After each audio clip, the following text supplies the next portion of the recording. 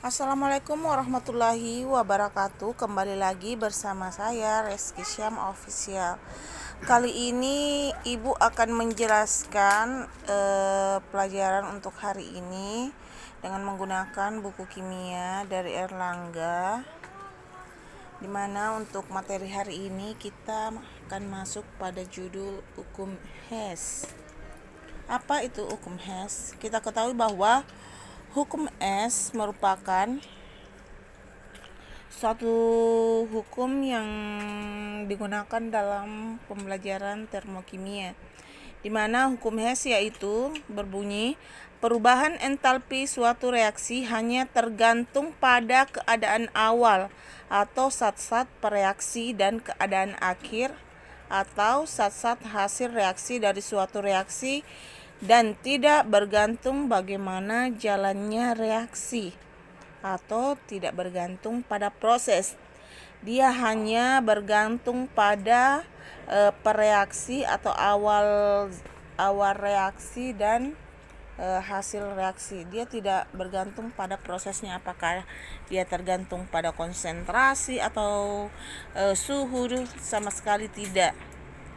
Jadi di sini kita akan masuk pada contoh soal, di mana dalam contoh soalnya diketahui 2 aluminium ditambah 3/2 O2 akan menghasilkan Al2O3.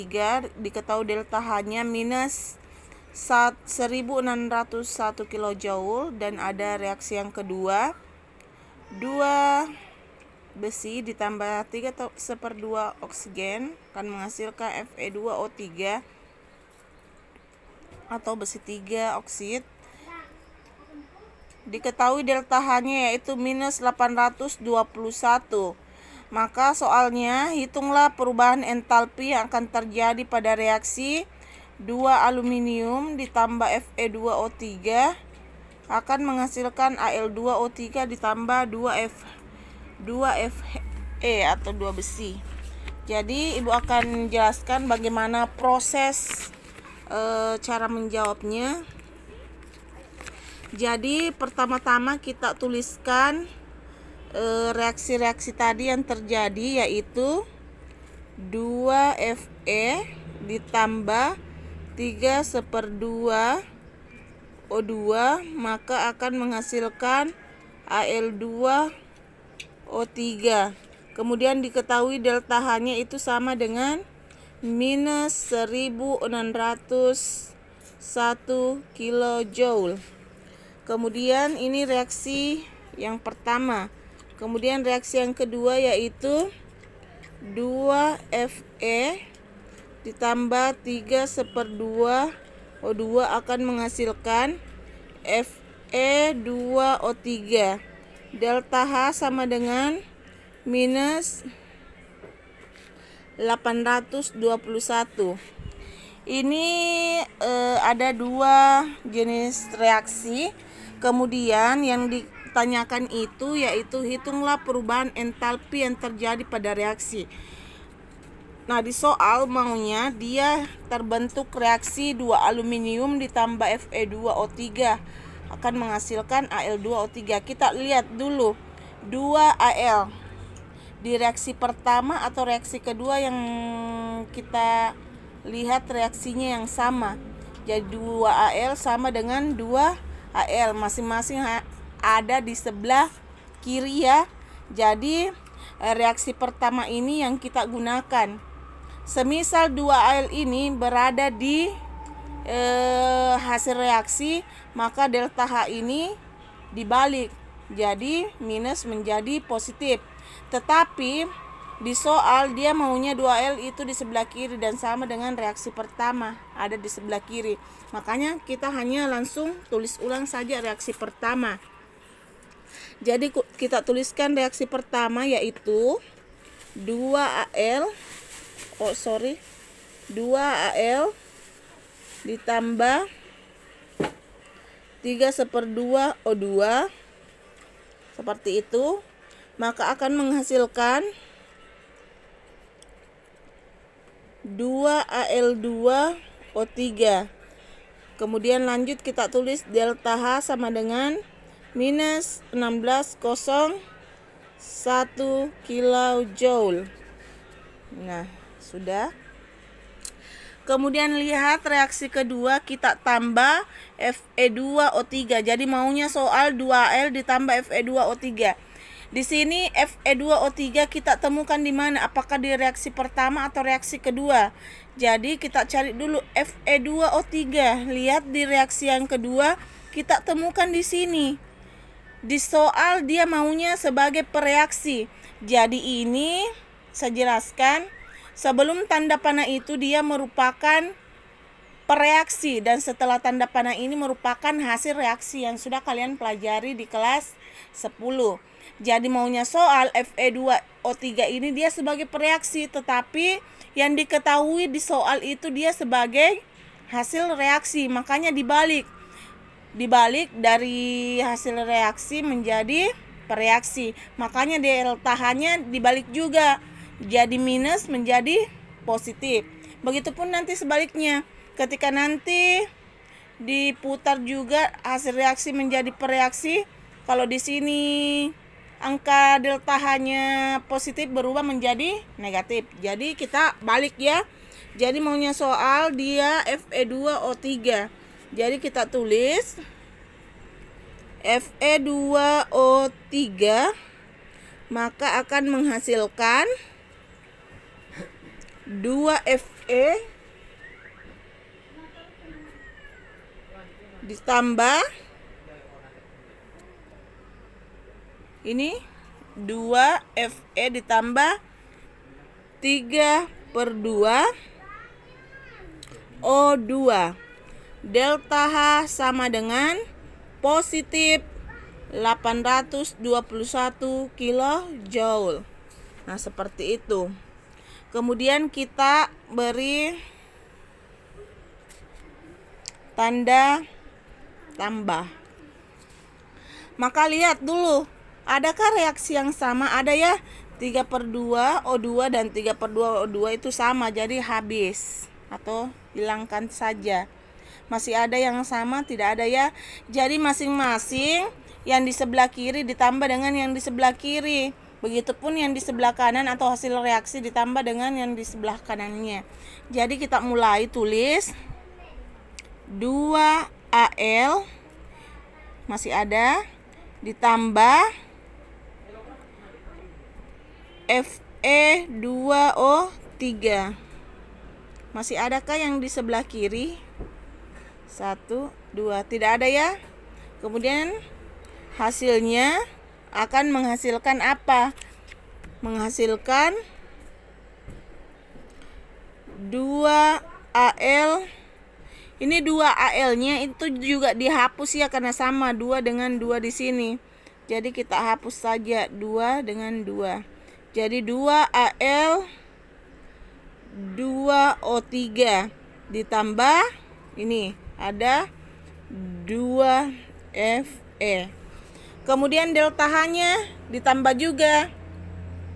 Jadi ini delta H minus 1601 itu ditambah dengan 821, sehingga delta H itu sama dengan minus 780 kilojoule. Seperti itu. Oke, itu pembahasan pertama kita tentang contoh soal hukum Hess. Itu berdasarkan perhitungan dengan apa yang dihasilkan pada soal. Jadi maunya soal hitung perubahan entalpi yang terjadi pada reaksi ini ketika diketahui ada 2 reaksi yang terjadi. Jadi misalnya ini tadi sudah saya jelaskan semua, semoga kalian bisa mengerti. Kemudian kita lanjut ke contoh soal berikutnya. Misalnya soalnya yaitu di sini kita mau menghitung perubahan entalpi pembakaran. Jadi di video sebelumnya ada berbagai macam jenis entalpi ya. Jadi misalnya pada entalpi pembakaran kita mau menghitungnya, maka kita gunakan delta HC. Jadi ini rumus untuk digunakan reaksi atau menghitung entalpi pembakaran. Misalnya diketahui, contoh soalnya misalnya diketahui perubahan entalpi pembentukan H2O itu sama dengan minus 242 kilojoule per mol. Kemudian delta HF CO2 itu sama dengan minus 394 kilojoule per mol. Selanjutnya kita ketahui delta HF CH4 atau metana, ini air, ini karbon dioksida, ini metana. Jadi kita ketahui pembentukan metana itu minus 84 kilojoule per mol. Maka di soalnya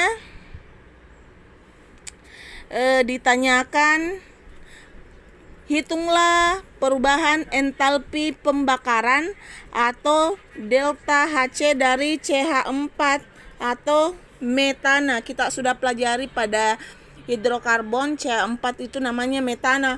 Bagaimana proses pembentukan atau proses pembakaran CH4 atau metana. Jadi seperti yang sudah Ibu kirimkan pada video sebelumnya, semoga kalian bisa mengingatnya. Jadi pembakaran yang sempurna itu selalu menghasilkan karbon dioksida dan air. Seperti itu kalau pembakaran sempurna. Jadi kita tuliskan reaksi yang terjadi pada metana. Jadi CH4 dibakar dengan oksigen atau O2 akan menghasilkan CO2 ditambah dengan H2O. Jadi setiap pembakaran itu yang tergantikan hanya senyawa hidrokarbonnya saja. Tetap ini akan ditambah, akan dibakar dengan oksigen, maka selalu akan menghasilkan CO2 ditambah H2O. Dari reaksi yang terjadi ini, kita setarakan dulu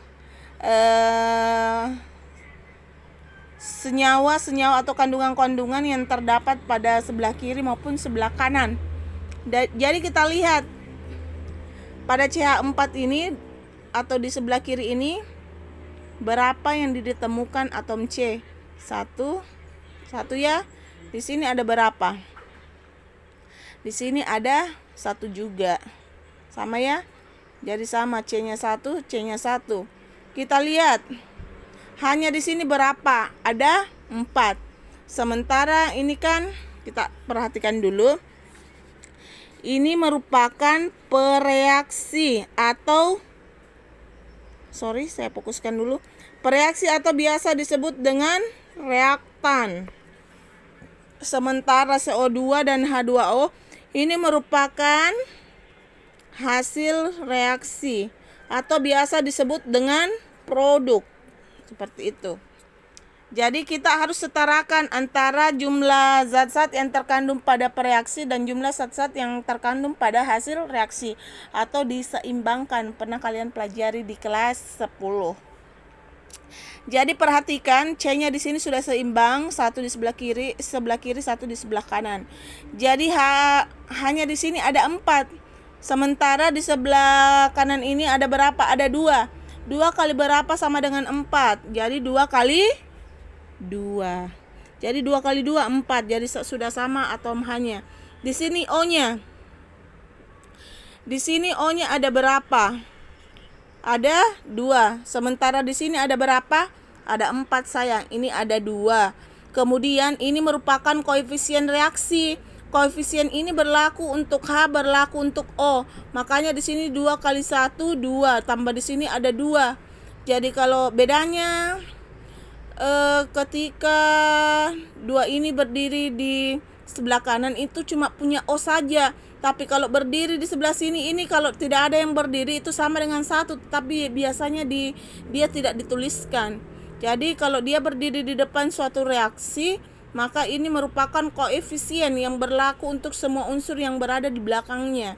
Jadi 2O ditambah 2 di sini berarti 4. Sementara di sini ada berapa? Di sini cuma ada 2. Jadi kita kali lagi. Berapa kali 2 ini sama dengan 4. Jadi 2 kali 2.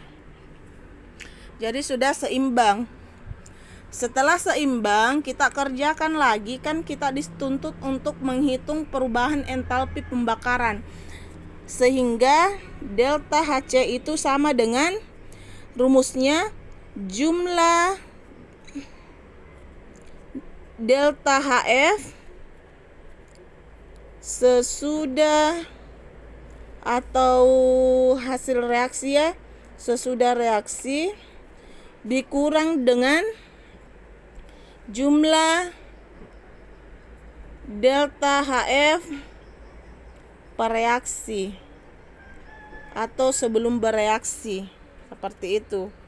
Jadi kita mau kurang jumlah pembentukan hasil reaksi atau produk, sama ya, atau saya tuliskan di sini jumlah delta Hf hasil reaksi dikurang jumlah delta Hf reaktan, seperti itu. Jadi kita masuk di penyelesaiannya, berarti sama dengan, lihat sini, berapa koefisiennya CO2 itu 1. Jadi kita tidak tuliskan 1 saja ya. Jadi langsung masuk delta Hf CO2 ditambah berapa koefisiennya H2O, ada 2. Jadi 2 kali delta Hf. Jadi 2 kali delta Hf ini H2O. H2O, seperti itu. Kemudian masih ada tidak di belakangnya ini? Sudah tidak ada ya. Jadi dikurang ya. Saya pindah ke bawah, dikurang ini 1 ya. Jadi langsung saja dituliskan delta Hf CH4 ditambah, di sini ada 2 ya, 2 kali delta Hf O2. Jadi tadi di atas sini, mohon maaf saya tidak tuliskan delta Hf O2 karena delta Hf O2 itu sama dengan 0 kJ per mol, seperti itu. Nah, setelah itu kita masukkan nilai yang tadi di atas yang kita ketahui. Jadi kita masukkan nilainya. Jadi delta Hf CO2 itu sama dengan minus 394. Jadi delta Hf CO2 itu minus 394 sama dengan minus 394 ditambah ini 2 kali H2O itu sama dengan minus 242. Jadi ditambah 2 kali minus 242. Jadi kita buka kurung lagi di sini ya. Masukkan satuannya kilojoule per mol. Kemudian kita kasih tanda hubung kurang. Masukkan lagi nilainya delta Hf CH4. Jadi delta Hf CH4 itu minus 84. Jadi minus 84 kilojoule per mol dikurang 0 kilojoule per mol. Karena ini 2 kali delta Hf O2 atau 2 kali 0 sama dengan 0 ya. Jadi sama dengan ini. Kita tuliskan ulang minus 394 ditambah 2 kali minus 242 sama dengan minus 484 kilojoule per mol. Kilojoule per mol dikurang, ini kurang ya, ini minus, ini kurang, ini minus 84. Jadi minus ketemu minus 84. Jadi sama dengan tambah 84 kilojoule per mol. Jadi minus ketemu minus itu bertambah minus. Kemudian dikurang 0 kilojoule per mol. Maka kita lanjut. Ini sama ya. Ini lihat minus ketemu minus berarti 394 dikurang 4 atau ditambah minus 484, kemudian ditambah 84 sama dengan minus 794 kilojoule per mol. Seperti itu. Jadi bagaimana? Tadi alasannya kenapa delta HFO2 itu sama dengan 0, itu karena O2 merupakan unsur bebas, bukan merupakan suatu senyawa. Ya seperti itu ya cara penyelesaian untuk menghitung perubahan entalpi pembakaran. Untuk tugasnya nanti Ibu kasih ya. Silahkan dikerjakan atau bisa kalian screenshot latihan 2.4. Kalian kerjakan nomor 1 sama dengan nomor 2. Silahkan di screenshot, kemudian di store melalui email Ibu. Terima kasih. Sekian untuk hari ini. Semoga pelajarannya bermanfaat. Silahkan di like, comment, subscribe, and share kalau video ini menurut kalian bermanfaat. Sekian untuk hari ini. Wassalamualaikum warahmatullahi wabarakatuh.